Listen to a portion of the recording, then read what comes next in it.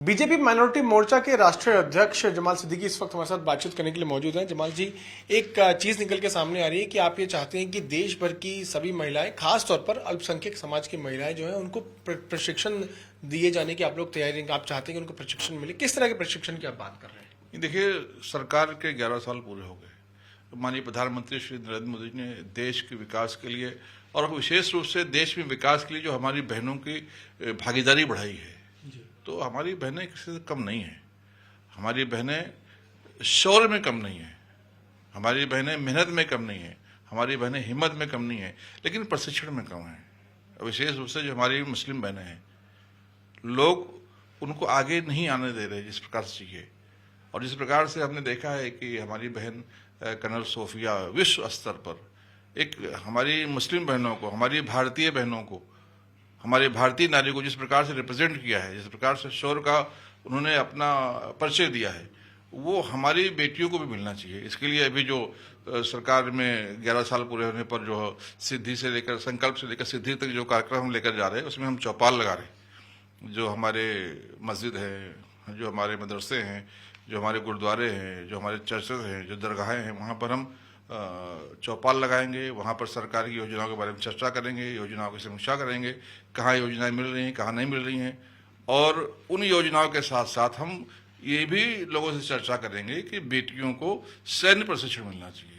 हमारी जो बेटियां मदरसे में पढ़ती हैं, हमारी बेटियां जो स्कूल में पढ़ती हैं, वहाँ भी ये व्यवस्था होनी चाहिए। और पढ़ने के बाद कंपल्सरी जो हमारी बेटियां हैं, उनको अग्निवीर में शामिल होना चाहिए, जिससे वो बाहर निकल कर जब आए और ऐसी कोई भी परिस्थिति जब आती है तो वो उसका मुकाबला कर सके। क्या ये विचार आपका पहलगाम में हुई घटना के बाद आया?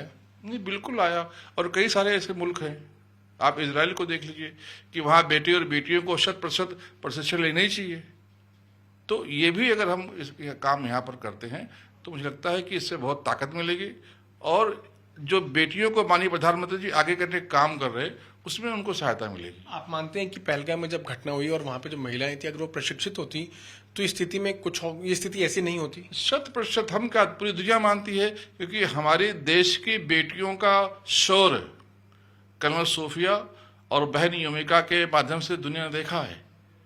तो वही खून, वही वीरांगनाओं का खून तो उन बहनों भी थी जो वहाँ पहलगाम में थे।